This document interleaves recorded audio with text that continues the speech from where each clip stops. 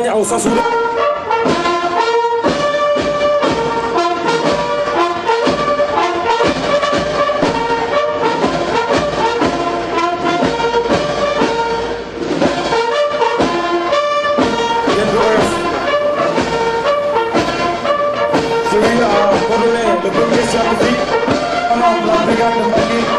gendarmerie de Mbacké.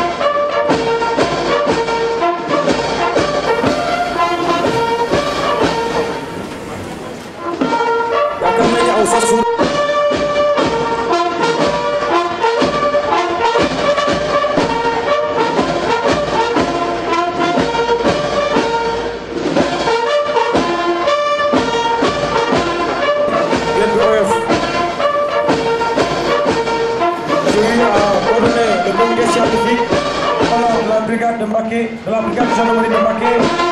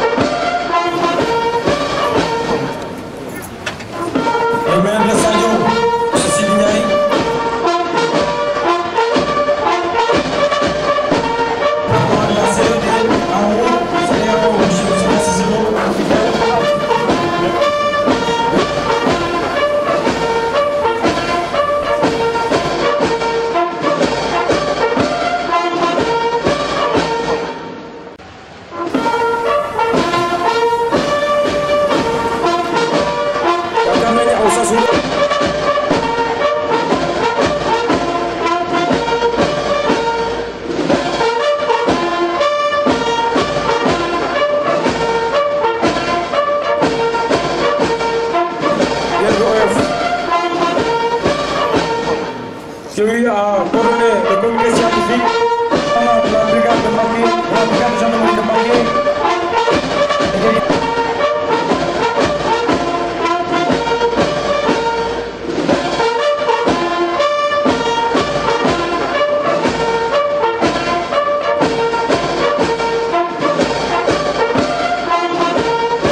Du Parlement de la Communauté économique des États de l'Afrique occidentale, vice-président à l'Assemblée nationale du Sénégal, messieurs les députés à l'Assemblée nationale, madame la haute conseillère au Haut Conseil des collectivités territoriales, monsieur le conseiller au Conseil économique, social et environnemental, monsieur l'adjoint au sous-préfet, messieurs les sous-préfets, monsieur le président du conseil départemental, monsieur le maire de la commune de Mbacké, notre hôte d'aujourd'hui, messieurs les maires, monsieur le représentant du commandant de la zone militaire, monsieur le commandant de la passe d'armes, monsieur le directeur général, mesdames, messieurs les conseillers départementaux et municipaux, messieurs les chefs de service, tous confondus, autorités civiles,